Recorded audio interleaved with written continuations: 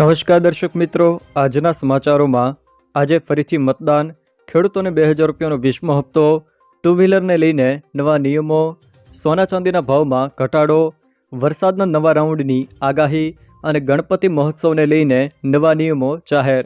આવા 25 મોટા સમાચાર વિશે વિડીયોમાં આગળ વાત કરીશું, તો છેલ્લે સુધી જોતા રહેજો. તે પહેલાં તમે અમારી ચેનલમાં નવા છો તો ચેનલને સબસ્ક્રાઈબ કરી લેજો, જેથી મારા આવનારા તમામ વિડીયોની માહિતી તમારા સુધી પહોંચી શકે. આજના સૌથી પહેલાં સમાચાર વિશે વાત કરીએ તો વિસાવદર વિધાનસભાના 2 બૂથ પર ફરી મતદાન થશે. વિસાવદર વિધાનસભા પેટા ચૂંટણીને લઈને મોટા સમાચાર સામે આવ્યા છે. આજે વિસાવદર વિધાનસભાના 2 બૂથ પર ફરીથી મતદાન થશે. આમ આદમી પાર્ટી દ્વારા બૂથ કેપ્ચરિંગની ફરિયાદ કરાયા બાદ આ ઇલેક્શન કમિશને નિર્ણય કર્યો છે. જોકે આજે વિસાવદરના માલીડા અને નવા વાઘણિયા બૂથ પર ફરીથી મતદાન થશે. જોકે વિધાનસભા પેટા ચૂંટણીનું પરિણામ 23 જૂને જાહેર કરાશે. રાજ્યમાં છેલ્લા 24 કલાકમાં 81 તાલુકાઓમાં વરસાદ વરસ્યો. ખાસ કરીને દક્ષિણ ગુજરાત અને જીતનો દાવો કરતા તેઓએ શું કહ્યું છે તે તમે જોઈ શકો છો. છેલ્લા 24 કલાક દરમિયાન 81 તાલુકાઓમાં વરસાદ વરસ્યો હતો, જેમાં સૌથી વધુ જાંબુઘોડામાં 8.1 ઇંચ વરસાદ વરસ્યો છે, તો જેતપુર પાવીમાં 5.1 ઇંચ, પેટલાદમાં 3.5 ઇંચ વરસાદ વરસ્યો હતો. જોકે રાજ્યના 18 તાલુકાઓમાં 1 ઇંચ કે તેથી વધુ વરસાદ નોંધાયો હતો. ગણપતિ મહોત્સવને લઈને જાહેરનામું જાહેર. રાજ્યમાં આગામી તારીખ 27 ઓગસ્ટથી ગણપતિ મહોત્સવનો પ્રારંભ થવા જઈ રહ્યો છે. ગણપતિ મહોત્સવને લઈને રાજકોટ પોલીસે જાહેરનામું બહાર પાડ્યું છે. ભગવાન ગણેશજીની પ્લાસ્ટર ઓફ પેરિસની મૂર્તિ પર પ્રતિબંધ મૂકી દેવામાં આવ્યો છે. જોકે 9 ફૂટ કરતાં વધુ ઊંચાઈની મૂર્તિ વેચી કે સ્થાપના કરી શકાશે નહીં. જોકે આ વખતે પણ પ્લાસ્ટર ઓફ પેરિસની મૂર્તિઓનું વેચાણ કે સ્થાપના કરી શકાશે નહીં. સોના અને ચાંદીના ભાવમાં ઘટાડો. 20 જૂને સોના અને ચાંદીના ભાવમાં ઘટાડો જોવા મળ્યો છે. IBJ અનુસાર 24 કેરેટ સોનાનો ભાવ ₹758 ઘટીને ₹98,503 પ્રતિ 10 ગ્રામ થયો છે. જોકે અગાઉ સોનું ₹99,261 પર હતું. ચાંદીનો ભાવ ₹1,791 ઘટીને ₹1,05,592 પ્રતિ કિલો થયો છે. જોકે અગાઉ તે ₹1,07,383 પર બંધ થયો હતો. 18 જૂને ચાંદી 1,09,550 પર ખુલી હતી. જોકે 16 જૂને સોનાએ 99,373ની સર્વકાલીન ઉચ્ચતમ સપાટી પણ બનાવી હતી. ટુ વ્હીલરને લઈને સરકારે નવા નિયમો જાહેર કર્યા. દેશમાં દર વર્ષે લાખો અકસ્માત થાય છે, જેમાં ટુ વ્હીલર એટલે કે દ્વિચક્રી વાહનોને નડતા અકસ્માતો પણ ખૂબ જ વધારે છે. આ કારણસર ટુ વ્હીલર ચલાવતા નાગરિકોની સુરક્ષાને ધ્યાનમાં રાખીને સરકાર ટૂંક સમયમાં તેમાં પણ ABS એટલે કે એન્ટી લોક બ્રેકિંગ સિસ્ટમ ફરજિયાત કરશે. આગામી જાન્યુઆરી 2024થી દેશભરમાં તમામ નવા ટુ વ્હીલર ABSથી સજ્જ હશે. જોકે આ માટે ટૂંક સમયમાં એક નોટિફિકેશન પણ બહાર પડાશે. એટલું જ નહીં, ટુ વ્હીલરના વેચાણ વખતે બાઇક કે સ્કૂટર ઉત્પાદક કંપની અને ડીલરે ગ્રાહકને BIS સર્ટિફાઈડ 2 હેલ્મેટ પણ આપવાના રહેશે. હવે આ એન્ટી લોક બ્રેકિંગ સિસ્ટમ શું છે એના વિશે વાત કરીએ તો એન્ટી લોક બ્રેકિંગ સિસ્ટમ એટલે કે ABS એક એવું ફીચર છે કે જે કોઈપણ વાહનમાં બ્રેક મારતી વખતે ટાયરને લોક થતાં રોકે છે. ધારો કે બાઇક ચલાવતી વખતે અચાનક જોરથી બ્રેક મારવી પડે તો ટાયર લોક થઈ જાય, એટલે કે તે ગોળ ફરવાનું બંધ કરી દે છે. આમ કરવાથી ક્યારેક વાહન લપસી પણ પડે છે અને અકસ્માત પણ થઈ શકે છે. જો કે આ સ્થિતિને કાબૂમાં રાખવાનું કામ ABS કરે છે. આજે રાજ્યના આ વિસ્તારોમાં ભારે વરસાદની આગાહી. ગુજરાત હવામાન ખાતા દ્વારા આજે ખાસ કરીને કચ્છ, બનાસકાંઠા, પાટણ, સાબરકાંઠા, તાપી, ડાંગ, નવસારી અને વલસાડ આ જિલ્લાના છૂટાછવાયા સ્થળોએ ભારે વરસાદનું યલો એલર્ટ જાહેર કર્યું છે. જ્યારે અન્ય કેટલાક હવામાન મોડેલો પ્રમાણે જોઈએ તો આજે ખાસ કરીને બનાસકાંઠા, સાબરકાંઠા, જ્યારે પાટણ, મહેસાણા, અરવલ્લીના કેટલાક વિસ્તારો, સુરત, વલસાડના કેટલાક વિસ્તારોમાં ભારે વરસાદની શક્યતાઓ છે. જોકે ભરૂચ, ગીર સોમનાથ, જૂનાગઢના કેટલાક વિસ્તારો તેમજ ખેડા, આણંદ, પંચમહાલ, વડોદરા, છોટાઉદેપુર, દાહોદ, મહીસાગર, ગાંધીનગરના કોઈ છૂટાછવાયા વિસ્તારોમાં પણ હળવોથી મધ્યમ વરસાદ જોવા મળી શકે છે. જોકે આજે ખાસ કરીને બનાસકાંઠા, સાબરકાંઠા, પાટણ, મહીસાગરના ભાગો તેમજ વલસાડના કેટલાક વિસ્તારોમાં ભારે વરસાદની શક્યતાઓ છે.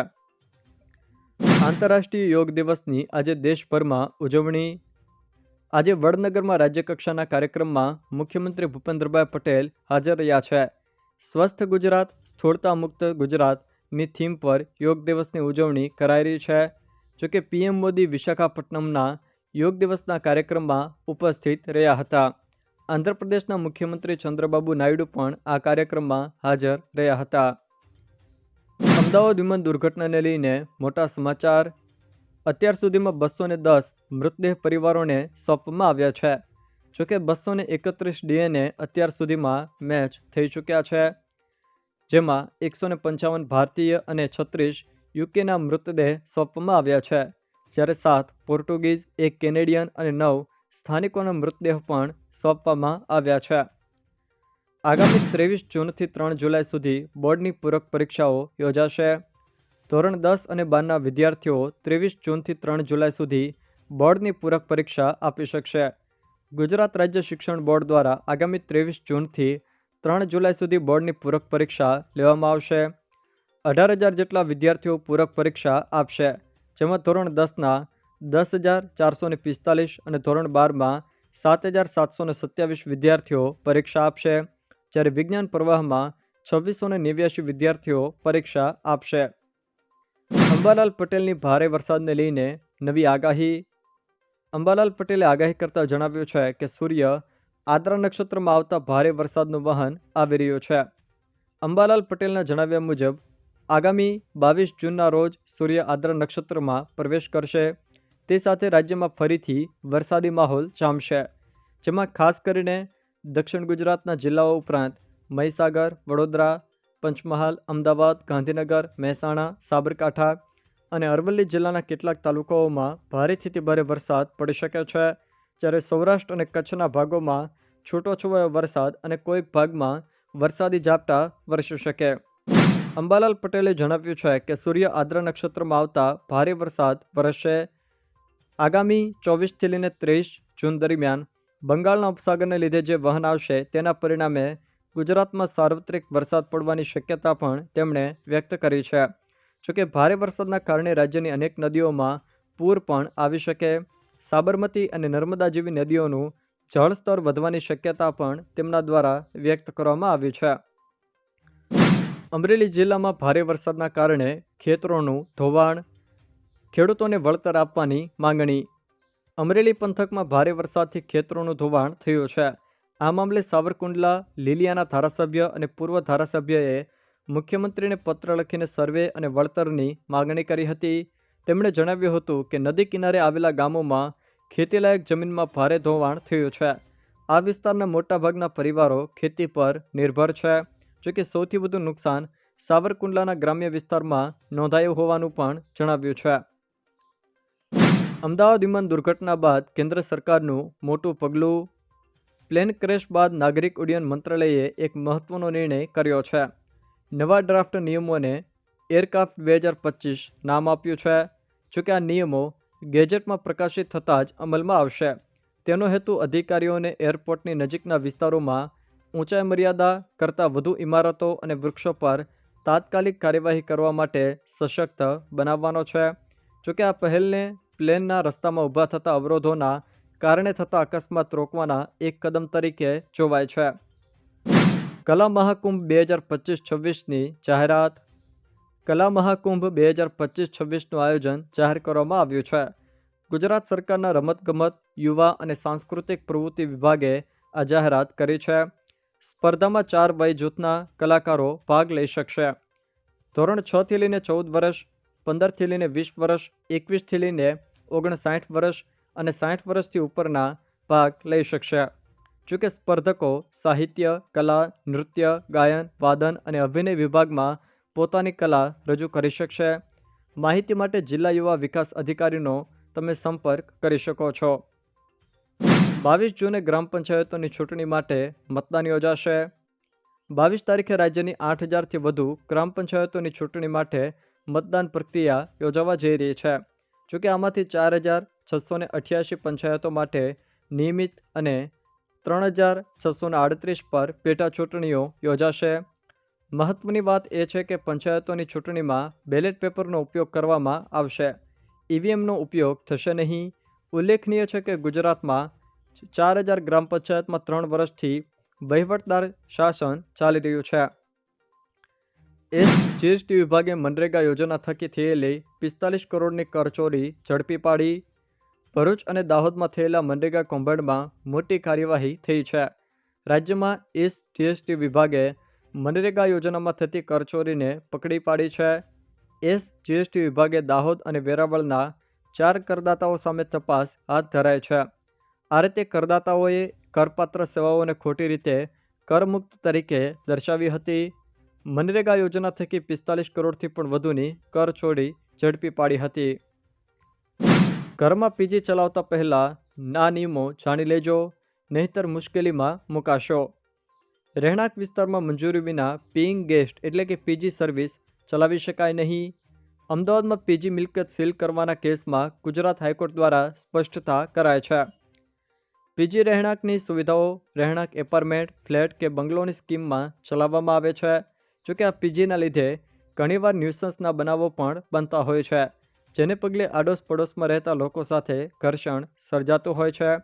આ મામલાઓને લઈને હાલ પોલીસ ફરિયાદોમાં પણ વધારો થયો છે, જેને લઈને હાઈકોર્ટે મોટો ચુકાદો આપ્યો છે, જેમાં કહ્યું છે કે રહેણાંકની જગ્યામાં મંજૂરી વગર પીજી સર્વિસ ચલાવી શકાય નહીં. જસ્ટિસ મોનાએમ ભટ્ટે આ મામલે પ્રચાર વધારવા રાજ્ય સરકાર અને એએમસી સહિતના લોકોને હુકમ પણ કર્યો છે. આરબીઆઈએ સિબિલ સ્કોરના નિયમમાં મહત્વનો ફેરફાર કર્યો. હવે સિબિલ સ્કોર ખરાબ થશે તો પણ બેંક લોન રિજેક્ટ નહીં કરી શકે. જો બેંકો દ્વારા ખરાબ સિબિલ સ્કોરને કારણે તમારી લોન એપ્લિકેશન રિજેક્ટ કરી હોય તો હવે ચિંતા કરવાનું કારણ નથી.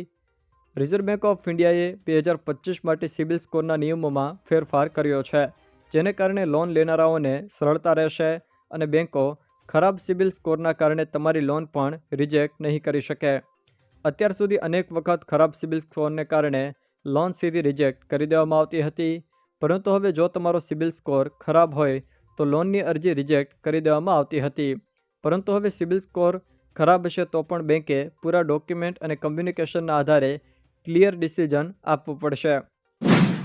એલઆરડીની પ્રોવિઝનલ આન્સર કી જાહેર. લોકરક્ષક દળ કેડરની કોન્સ્ટેબલની પરીક્ષા આપનાર ઉમેદવારો માટે મોટા સમાચાર છે. આ પરીક્ષાની પ્રોવિઝનલ આન્સર કી જાહેર કરી દેવામાં આવી છે. ઉમેદવારોની OMR શીટ સ્કેન કરીને ઉમેદવારો જોઈ શકે. આન્સર કી માસ્ટર સેટ પ્રશ્નપત્ર મુજબ ભરતી બોર્ડની વેબસાઇટ gprb.gujarat.gov.in તથા LRD-Gujarat2021.in પર જાહેર કરવામાં આવી છે. 21 જૂન આજે વર્ષનો સૌથી લાંબો દિવસ. 21 જૂન આજે વર્ષનો સૌથી લાંબો દિવસ છે, જે વર્ષનો સૌથી મોટો દિવસ કહેવાય છે. સાથે જ આજની રાત નાની રહેશે. આજે સૂર્યોદય વહેલા થશે અને સૂર્યાસ્ત મોડો થશે. દેશની વાત કરીએ તો આજે 21 જૂને સૂર્યોદય સવારે 5:24 થશે, જ્યારે સૂર્યાસ્ત સાંજે 7:22 થશે. જોકે જે તે સ્થળ અનુસાર સમય બદલાઈ શકે છે. સામાન્ય દિવસો કરતાં આજે સૂર્યના કિરણો 14 થી 16 કલાક સુધી પૃથ્વી પર પડશે. પીએમ કિસાન સન્માન નિધિ યોજનાનો 2000 રૂપિયાનો 20મો હપ્તો ક્યારે આવશે? ખેડૂતો માટે મહત્વના સમાચાર સામે આવ્યા છે. પીએમ કિસાન સન્માન નિધિ યોજના હેઠળ 20મા હપ્તાના પૈસા જૂન મહિનાના અંતમાં અથવા તો જુલાઈ મહિનાની શરૂઆતમાં ખેડૂતોના ખાતામાં આવી શકે છે. જો તમે પણ આ યોજનાના 20મા હપ્તાનો લાભ લેવા માંગતા હો તો તમારું નામ આ યાદીમાં હોવું જરૂરી છે. જોકે યાદીમાં તમારું નામ તપાસવા માટે ઓફિશિયલ વેબસાઇટ pmkisan.gov.in પર જઈને જોઈ શકાશે. તમને જણાવી દઈએ કે આ યોજનામાં ખેડૂતોને વાર્ષિક 6000 રૂપિયાની નાણાકીય સહાય આપવામાં આવે છે. પશુપાલન ખાતા અંતર્ગત વિવિધ ઘટકોમાં સહાય મેળવવા માટેના ફોર્મ ભરવાના શરૂ. વર્ષ 2025-26 માટે પશુપાલન ખાતાની યોજનાઓ માટે આઈ ખેડૂત પોર્ટલ પર ઓનલાઈન અરજી તારીખ 30/6/2025 સુધી કરી શકાય છે. કઈ ઘટકોમાં સહાય મેળવવા માટેના ફોર્મ હાલ ભરાઈ રહ્યા છે એના વિશે વાત કરીએ તો વિદ્યુત સંચાલિત છાપ કટર માટે સહાય, કેટલ શેડ બાંધકામ, ગમાણ, પાણીની ટાંકી તથા ડોલ માટે સહાય, ઘાસચારા બિયારણની મિની કિટ માટે સહાય, શાફ્ટ કટર કે જે ઇલેક્ટ્રિક મોટર, પાવર ટીલર કે ટ્રેક્ટર માટેની સહાય યોજના, 1 થી 20 દેશી દૂધાળા પશુઓના એકમની સ્થાપના માટે વ્યાજ સહાયની યોજના, 12 દૂધાળા પશુઓના ડેરી ફાર્મની સ્થાપના માટેની સહાય યોજના, 50 દૂધાળા પશુઓના ફાર્મની સ્થાપના માટે સહાય યોજના, રાજ્યવ્યાપી સઘન ખસીકરણ યોજના, બકરા એકમ 10+1ની સ્થાપના માટે સહાય, પ્રાકૃતિક ખેતી માટે 2 ગાયની ખરીદી પર સહાયની યોજના, મરઘાપાલન તાલીમ સ્ટાઇપેન્ડ અને 25 RIR કડકનાથ પક્ષી એકમ અંતર્ગત સહાય, મરઘાપાલન તાલીમ સ્ટાઇપેન્ડ અને 40 RIR પક્ષી એકમ અંતર્ગત સહાય, 100 બ્રોઇલર પક્ષી ફાર્મની સ્થાપના માટે સહાય, 1000 બ્રોઇલર પક્ષી ફાર્મની સ્થાપના માટે સહાય, રાજ્યમાં શ્રેષ્ઠ પશુપાલક અંતર્ગત પુરસ્કાર, શુદ્ધ સંવર્ધન દ્વારા રાજ્યની સ્થાનિક ઓલાદની કાયમક કૃત્રિમ બીજદાનથી જન્મેલ વાછરડીઓમાં પશુપાલકો માટે પ્રોત્સાહક યોજના, હળપતિ સમાજના કુટુંબ તેમજ FRA પટ્ટા ધરાવતા તમામ આદિવાસી કુટુંબ માટે પશુપાલન સંબંધિત સહાયકારી યોજનાઓ, વિધવા બહેનો માટે પશુપાલન સંબંધિત સહાયકારી યોજના અને પશુપાલનના ગાભણ પશુઓને તથા વિયાણ બાદ ખાનદાન સહાય તેમજ પાડી અને વાછરડી ઉછેર માટે સહાયની યોજના. આવા વિવિધ ઘટકો અંતર્ગત આઈ ખેડૂત પોર્ટલ ઉપર હાલ સહાય મેળવવા માટે ઓનલાઈન અરજી શરૂ છે. જોકે આગામી તારીખ 30/6/2025 સુધી ઓનલાઈન અરજી કરી શકો છો. જોકે યોજનાનો લાભ લેવા તમે સત્વરે અરજી કરો અથવા તો વધુ જાણકારી માટે નજીકના પશુ દવાખાનાનો પણ સંપર્ક કરી શકો છો. જો દર્શક મિત્રો આ વિડીયો તમને પસંદ આવ્યો હોય તો વિડીયોને લાઇક કરો, તમારા મિત્રો સાથે શેર કરો અને જો તમે અમારી ચેનલમાં નવા હો તો ચેનલને સબસ્ક્રાઈબ જરૂર કરજો જેથી મારા આવનારા તમામ વિડીયોની માહિતી તમારા સુધી પહોંચી શકે.